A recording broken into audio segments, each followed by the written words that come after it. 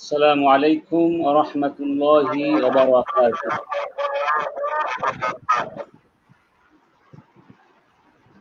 الحمد لله رب العالمين والعاقبة للمتقين والصلاة والسلام على سيد المرسلين نبينا محمد وعلى آله وصحبه أجمعين.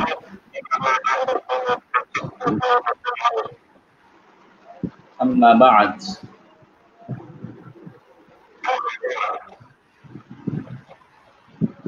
পুঁজি কর্তৃক আয়োজিত সমাজ জীবনে জুমআর খুতবার প্রভাব এবং খতিবদের করণীয় শীর্ষক সেমিনারে সম্মানিত মডারেটর, অত্যন্ত প্রিয় ছাত্র এবং অত্যন্ত প্রিয় মানুষ তরুণ ইসলামী চিন্তাবিদ ডক্টর ইব্রাহিম খালিল আনোয়ারি, আজকের সেমিনারের সম্মানিত সভাপতি বরেণ্য শিক্ষাবিদ চিন্তাবিদ গবেষক ডক্টর শফিউদ্দিন আল মাদানী হাফিজাহুল্লাহ, আজকের সেমিনারের সম্মানিত প্রবন্ধকার, সম্মানিত আলোচকবৃন্দ, মেহমানবৃন্দ, doctor Gulami, doctor Abu Yusuf sir এবং যারা মৌলানা রহমান যারা রয়েছেন, সবাইকে সহ সমস্ত শ্রোতাদেরকে, দর্শকদেরকে আন্তরিক অভিনন্দন, শুভেচ্ছা জ্ঞাপন করছি। আল্লাহ সুবহানাহু ওয়া তাআলার শুকরিয়া আদায় করছি যে আমরা একটি অত্যন্ত গুরুত্বপূর্ণ সময়ে অত্যন্ত গুরুত্বপূর্ণ বিষয় নিয়ে কথা বলার চেষ্টা করছি। আল্লাহ পাক আমাদের তৌফিক দান করেছেন এই অনুষ্ঠানের সঙ্গে সম্পৃক্ত হওয়ার জন্য। আমরা বলছি আলহামদুলিল্লাহ। আমরা যখন জুমার খুতবা নিয়ে কথা বলছি, তখন আমাদের বাংলাদেশে চলছে সামাজিক অন্যায় অনাচারের সবচেয়ে ভয়ানক অবস্থা। যখন রাস্তায় নামতে হয়েছে দেশের আপামর জনসাধারণকে ধর্ষণ বিরোধী আন্দোলন করতে, প্রতিবাদ করতে, একটি সমাজ কতটা অধঃপতনে তলিয়ে গেলে সেখানে আন্দোলন করতে হয় ধর্ষণের বিরুদ্ধে, নারীর সতীত্ব রক্ষার আন্দোলন করতে হয়। বাংলাদেশে 2.5 থেকে 3 লক্ষ মসজিদ রয়েছে। এই মসজিদ থেকে প্রত্যেক জুমার খুতবা দেওয়া হয়। খুতবার মাধ্যমে সমাজ সংস্কারের, সমাজকে পুনর্নির্মাণ করার যে লক্ষ্য বাস্তবায়ন করবার কথা ছিল, সেই লক্ষ্য যদি বাস্তবায়িত হতো তাহলে আজকে আমাদেরকে এই কঠিন এবং অত্যন্ত ভয়ানক অবস্থার মধ্যে পড়তে হতো না।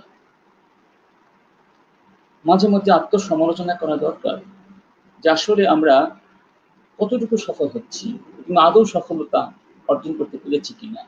আমি এই কথা বলছি না যে আমরা মোটেই সফল হতে পারিনি, তবে এই কথা সত্যি যে খুতবার যে সামাজিক ইম্প্যাক্ট করার কথা ছিল সেটি কাঙ্ক্ষিত মাত্রায় পড়ছে না। কারণগুলো কি? সেই কারণগুলো আরো সুন্দর করে, আরো যৌক্তিকভাবে, আরো বাস্তবসম্মতভাবে তুলে আনতে পারলে ভালো হতো। আমি প্রবন্ধকারকে ধন্যবাদ জানাচ্ছি, তিনি অনেক কষ্ট করে বিষয়টি লিখেছেন। এরপরে সফল খতিবের জন্য কি কি উপাদান দরকার সেই বিষয়গুলোকে একেবারে সাজিয়ে আনা দরকার। কারণ আমরা যারা খতিব রয়েছি আমরা নিজেরাও অনেক সময় এগুলো আসলে জানি না, বুঝি না। কারণ বাংলাদেশে সত্যিকার অর্থে খতিবদের প্রশিক্ষণের তেমন কোনো ভালো প্রতিষ্ঠান নেই। এই প্রশিক্ষণের অভাবের কারণে অনেক কিছুই আমাদের কাছে অজানা রয়ে যায়। তো এই যারা আমরা খুতবা দিচ্ছি, আমাদের ব্যর্থতার পেছনে কিছু কারণ আমি মনে করছি আছে। তার মধ্যে একটি কারণ হচ্ছে আমরা নিজেরাই এই খুতবার গুরুত্বটা অনুধাবন করতে পারিনি। এটা কত বড় গুরুত্বপূর্ণ একটি কাজ, কত বড় আমানত, এবং খুতবার যে বৈশিষ্ট্যগুলো রয়েছে এগুলো আমাদেরকে আরো ভালো করে আত্মস্থ করা উচিত। যেমন ধরুন খুতবা তো ভাষণ তো অনেক ক্ষেত্রেই হয়। প্রধানমন্ত্রী ভাষণ দেন, এমপিরা ভাষণ দেন, শিক্ষক ক্লাসে ভাষণ দেন, সে অর্থে এটি একটি ভাষণ। কিন্তু এই ভাষণ অন্যান্য ভাষণের মতো নয়। কেন নয়? এই ভাষণটি হয় সম্পূর্ণরূপে ফিল জাউরির রুহানি, একটা আধ্যাত্মিক আবহের ভেতরে। সেই আবহাওয়াটা কোথায় হয়? এমন একটা জায়গা যেটা আল্লাহর ঘর। সেই ঘরের মধ্যে এই আবহের ভিতরে খুতবার যে আধ্যাত্মিকতা রয়েছে, সেই প্রসঙ্গে রাসূল বলছেন যে মাসতামা কওমুন ফি বাইতিন মিন বুয়ুতিল্লাহ ইয়াতলুনা কিতাবাল্লাহি ওয়া ইয়াতাদারাসুনাহু ফীমা বাইনাহুম। আল্লাহর ঘরে বসে যদি একটা কওম আয়াত আল্লাহ পাকের কোরআন তিলাওয়াত করে, এটাকে মুদারাসা করে, এই অবশ্যই এই কথাগুলো খুতবাতে প্রযোজ্য। ইল্লা নাযালাত আলাইহিম সাকিনাহ ওয়া গাশিয়াতুমুর রাহমাহ ওয়া হাফাতুমুল মালাইকা ওয়া যাকারাহুমুল্লাহু ফীমান ইনদাহ। কতগুলো বৈশিষ্ট্য দেখেছেন, এতগুলো যে আল্লাহর পক্ষ থেকে সাকিনা নাযিল করে দেওয়া হয়, রহমত তাদেরকে পরিবেষ্টন করে রাখে, আল্লাহ পাকের ফেরেশতারা তাদেরকে পরিবেষ্টন করে রাখে, আল্লাহ পাক তাদের কথা আলোচনা করেন, এরকম একটা পরিবেশের মধ্যে কিন্তু খুতবাটা হচ্ছে। এই পরিবেশটা কিন্তু অন্যান্য ক্ষেত্রে এরকম হয় না। তারপরে একজন প্রধান মন্ত্রী যখন ভাষণ দেন, তার ভাষণ ইচ্ছে হলে আপনি শুনছেন, ইচ্ছে হলে শুনছেন না, কিন্তু খতিবের ভাষণ আপনাকে শুনতেই হবে। এই ভাষণটি শোনা ওয়াজিব। রাসূল কারীম কথা বলছেন, ইদা কুলতা লিসাহিবিকা উনসুত ওয়াল ইমামু ইয়াখতুব ইয়াওমাল জুমআ ফাকাদ লাগাওতা। অর্থাৎ খুতবা চলাকালীন সময়ে যদি কেউ তার ভাইকে বলে চুপ করো, এটা লাগাওতা, এটা লাগাউন, এটা বেহুদা কথা, গুনার কাজ। এরকম একটা গুরুত্বপূর্ণ বিষয় হচ্ছে খুতবা। এই গুরুত্ব কিন্তু অন্য কোনো খুতবার ক্ষেত্রে বলা হয়নি।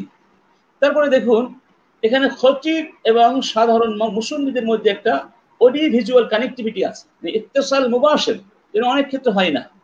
তারপরে যখন খতিব খুতবা দান করেন, জনগণ তার খুতবা শোনে, মুসল্লিরা তাদের মনের মধ্যে এরকম একটা অনুভূতি আছে যে আমি একটি ইবাদতের মধ্যে আছি, আনুগত্যের মধ্যে আছি, এমনকি ইসলামের একটি শাইরা আমি প্রতিষ্ঠা করছি এবং ইসলামের কি ফরজ ইবাদত আদায় করছি। এই যে অনুভূতিটা, এই অনুভূতিটা মানুষের মনে একটা মাহাবা, একটা খুশু, সুকুন তৈরি করে দেয়, একটা গাম্ভীর্যতা এনে দেয়। এইগুলো কিন্তু অন্য ক্ষেত্রে, এবং যতই প্রতিকূল পরিবেশ তৈরি হোক সমাজ ইসলাম বিরোধী, কিন্তু খুতবা এমন একটা বিষয় এটা চলমান থাকে। যে কোনো চ্যালেঞ্জের মোকাবিলায় খুতবা কিন্তু বন্ধ হয় না, সুবহানাল্লাহ, এটা বিরাট ব্যাপার।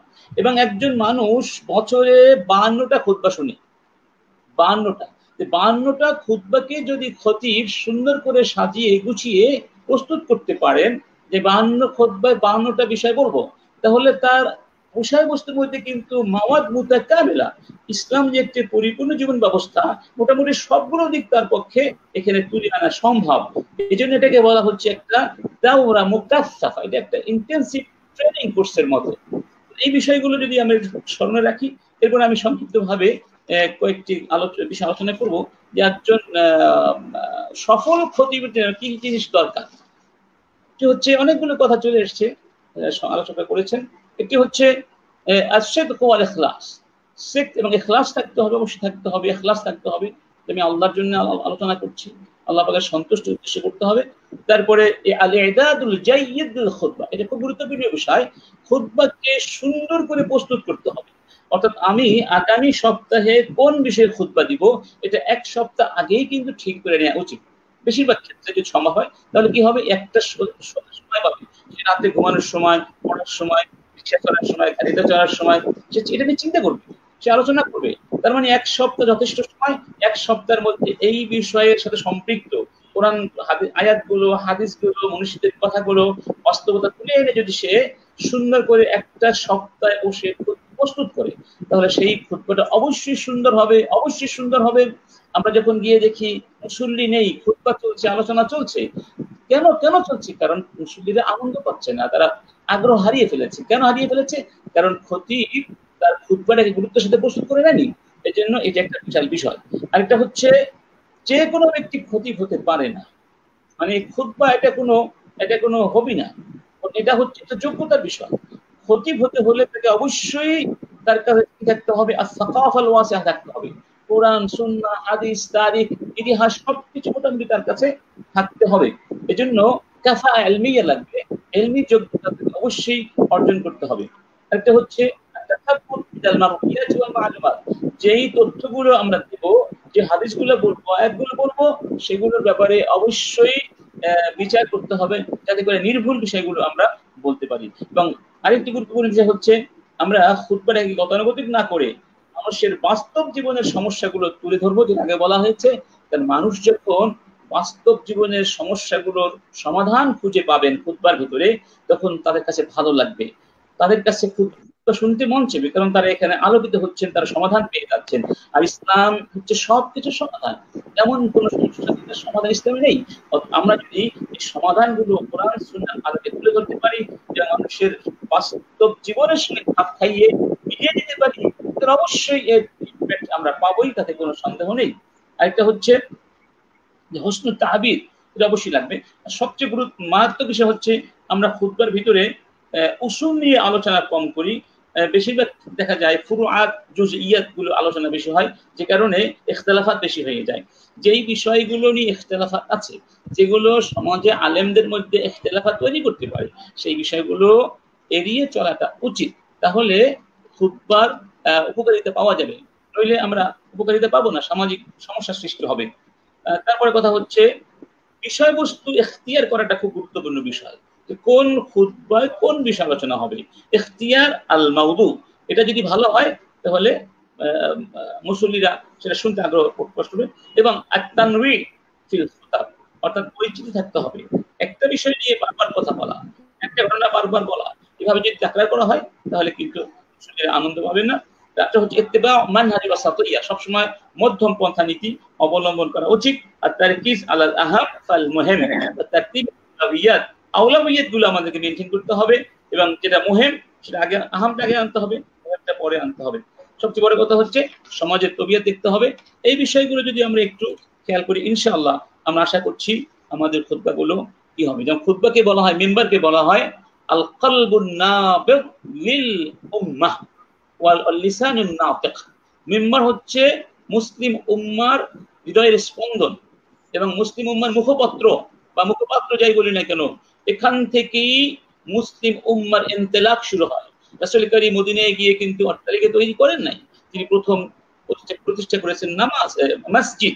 আগেই বলা হয়েছে মসজিদ শুধু নামাজের জায়গা নয়, এটা হবে মুসলিম উম্মার সমস্ত মৌলিক কর্মকাণ্ডের কেন্দ্রভূমি।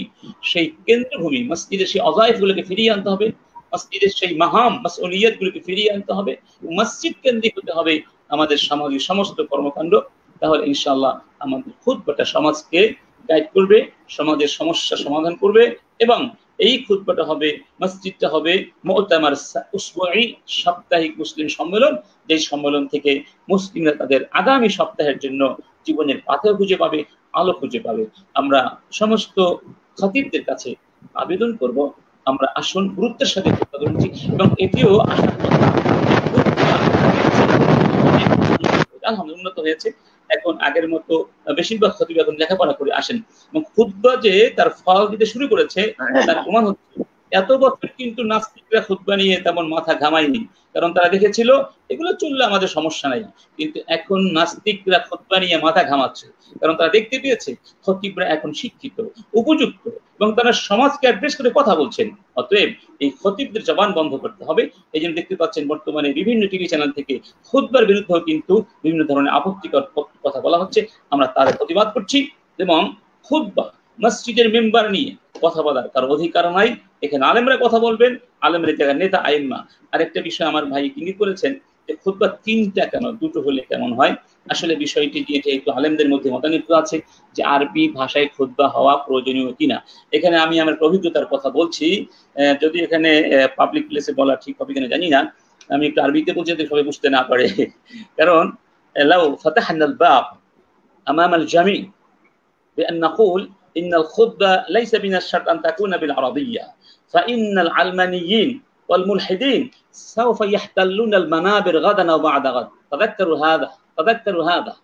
أنت لو فتحت لهم الباب ليس من الضروري أن تتكلم بالعربية، بل يمكنك أن تخطب الخطبة بالبنغالية، فكل من هب ودب يركب على المنبر ويلقي الخطبة، يلقي المحاضرة كما ينبغي له. فأين نذهب بعد ذلك؟ فماذا عسى أن يكون النتائج؟ النتائج تكون خطيرة جدا جدا جدا. ولهذا يجب علينا أن نتخذ الاحتياط، الإجراءات الاحتياطية حتى لا يتسنى لكل من هب ودب أن يركب على المنبر. এই বিষয়টি আমাদের মনে রাখতে হবে।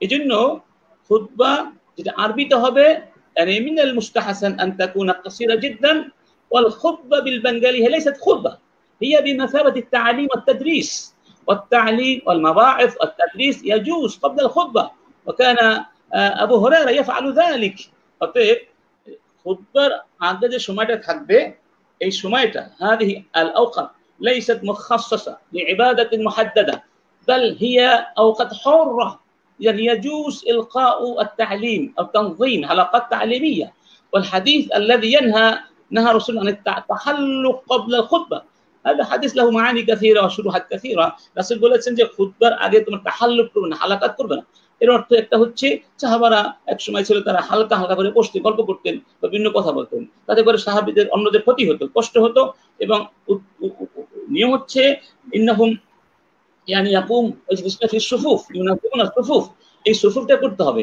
সেই সুফুফ করার ক্ষেত্রে তাহাল্লুক কি বাধাগ্রস্ত হয় কিন্তু এর অর্থ এই নয় যে আরবির আগে বাংলায় আলোচনা করা যাবে না আলোচনা করলে সবাই শিখতে পারলো কিন্তু আল খুতবা আল আসলিয়া يجب ان تكون بالعربيه هذا عند جمهور العلماء حتى الحنفيه يعني ولو اجازوا الخطبه بالبنغاليه فالامام ابو يوسف والامام محمد هم ايضا قالوا باشتراط ان تكون الخطبه بالعربيه এই বিষয়টি খেয়াল রাখতে হবে অতএব বিষয়টিকে একেবারে ছেড়ে দেওয়া আমি মনে করছি ঠিক হবে না কারণ তাহলে সমস্যা সৃষ্টি হতে পারে খাসসাতান আল আলমানিয়ুন ইয়াতাসাইয়্যিদুনা মিছলা হাযিহি আল ফুরাস ওয়া নাহনু লা নুরিদু আন নাতরুক লাহুম আল আমর তো সবাইকে অনেক ধন্যবাদ জ্ঞাপন করছি আমাকে সুযোগ দেওয়ার জন্য আল্লাহ রাব্বুল আলামিন আমাদের এই সেমিনারকে সফল করুন এবং যারা অংশগ্রহণ করেছেন সবাইকে আল্লাহ পাক আল জাযা আল হাসানা দান করুন জাযাউল হাসান দান করুন আসসালামু আলাইকুম ওয়া রাহমাতুল্লাহি ওয়া বারাকাতুহু